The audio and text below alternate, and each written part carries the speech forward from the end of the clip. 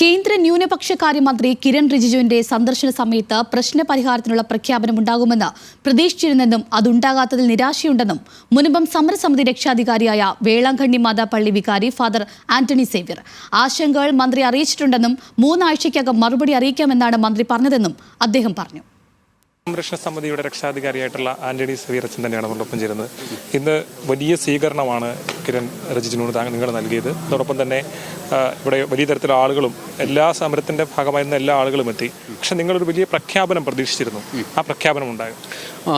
വലിയൊരു പ്രഖ്യാപനം ഉണ്ടാവുമെന്ന് പറഞ്ഞിരുന്നു. അപ്പോൾ അതോടുകൂടി പ്രശ്നം ഇന്ന് തന്നെ പരിഹരിക്കപ്പെടുമെന്ന് പറഞ്ഞിരുന്നു. പക്ഷേ അത് നടന്നില്ല. അതിന് പകരം മിനിസ്റ്റർ പറഞ്ഞിരുന്നു ഇനി 3-4 ആഴ്ചകൾക്കുള്ളിൽ ഈ റൂൾസ് ഡ്രാഫ്റ്റ് ചെയ്തുകൊണ്ടിരിക്കുകയാണ്. അതിനുശേഷം ഈ പ്രഖ്യാപനം ഉണ്ടാവും, ഞങ്ങളുടെ പ്രശ്നം പരിഹരിക്കപ്പെടുന്നതാണ് ഇന്ന് പറഞ്ഞിരുന്നത്.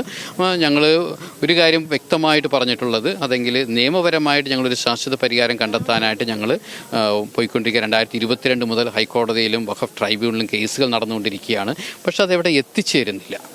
അപ്പോൾ അതുകൊണ്ട് ഇനിയും നീണ്ട ഒരു നിയമയുദ്ധത്തിന് ഞങ്ങൾ തയ്യാറല്ല. കാരണം ഇനിയിപ്പോൾ ഹൈക്കോടതിയിൽ പോയി സുപ്രീം കോടതിയിൽ പോയി അത് എത്ര വർഷങ്ങളെടുക്കും നമുക്കറിയില്ല.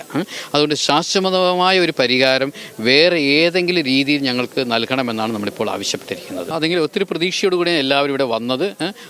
ബില്ല് അവതരിപ്പിച്ച മിനിസ്റ്ററിന് ഇവിടെ വന്ന് അതിനുള്ള പരിഹാരം നമ്മളോട് പറയുമ്പോൾ ഏറെ സന്തോഷത്തോടുകൂടി എല്ലാവരും കാത്തിരുന്നത്.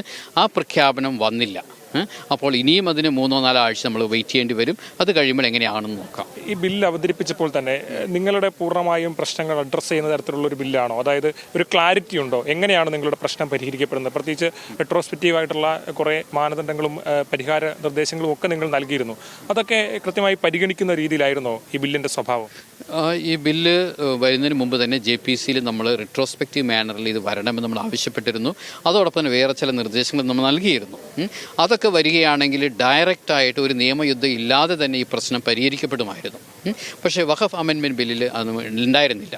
ഇനി ഇപ്പോൾ ഉള്ള ബില്ലിൽ ഏത് രീതികളിൽ ഏത് സെക്ഷൻസാണ് നമ്മളെ സഹായിച്ച് ഈ പ്രശ്നം പരിഹരിക്കാൻ സഹായിക്കുമെന്നുള്ളത് ഞങ്ങളിപ്പോൾ ചോദിച്ചിട്ടുണ്ട്. അതിലൊരു പ്രധാനപ്പെട്ട കാര്യം, വളരെ ആത്മാർത്ഥമായ ഒരു സമീപനമായിരുന്നെങ്കിൽ, നിങ്ങളുടെ പ്രശ്നത്തിൽ ആത്മാർത്ഥമായ ഒരു ഇടപെടലായിരുന്നുവെങ്കിൽ, നിങ്ങൾ പ്രതീക്ഷിച്ച പോലെ ആയിരുന്നുവെങ്കിൽ ഒരു ഡയറക്റ്റായിട്ടുള്ള പരിഹാരം ഉണ്ടാക്കാൻ കഴിയുമായിരുന്നു അല്ലേ? അതെങ്കിൽ ഡയറക്റ്റായിട്ടൊരു പരിഹാരം ഉണ്ടാകുമെന്ന് ഞങ്ങൾ പ്രതീക്ഷിച്ചിരുന്നത്. പക്ഷേ അത് വന്നില്ല. അതിന് പകരം ഇപ്പോൾ വേറെ വഴികളിൽ ഇത് പരിഹരിക്കപ്പെടും എന്നാണ് ഇവരിപ്പോൾ പറഞ്ഞിരിക്കുന്നത്. ഇന്ന് മന്ത്രി പറഞ്ഞൊരു കാര്യം, കമ്മ്യൂണിസ്റ്റുകളും കോൺഗ്രസ്സുകാരും ഒക്കെ ഇത്തരത്തിൽ ഈ മന്ത്രി ഇന്നൊരു പ്രഖ്യാപനം നടത്തിയില്ലല്ലോ എന്ന് പറയും. അപ്പോൾ അത് കേട്ട് നിങ്ങൾ ആശങ്കപ്പെടേണ്ട സാഹചര്യമില്ല എന്നുള്ളതാണ്. പക്ഷെ നിങ്ങൾക്ക് തന്നെ അങ്ങനെ ഒരു ആശങ്കയില്ലേ?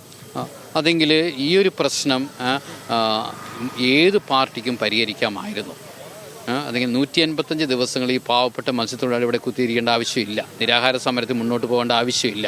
കാരണം ഇന്ത്യ എന്ന ഏറ്റവും വലിയ ജനാധിപത്യ രാജ്യത്തിൽ നിയമങ്ങളുണ്ടാകുമ്പോൾ നിയമങ്ങളെ ഉപയോഗിച്ചുകൊണ്ട് ഏത് രീതിയിൽ പ്രശ്നം പരിഹരിക്കാൻ പറ്റുന്നുള്ളത് അത് സ്റ്റേറ്റ് ആണെങ്കിലും സെൻട്രൽ ആണെങ്കിലും ഏത് കക്ഷിയാണെങ്കിലും അവർക്ക് മുൻകൈ എടുക്കാമായിരുന്നു. പക്ഷേ ആരും തന്നെ ഇതുവരെ സഹായിച്ചിട്ടില്ല.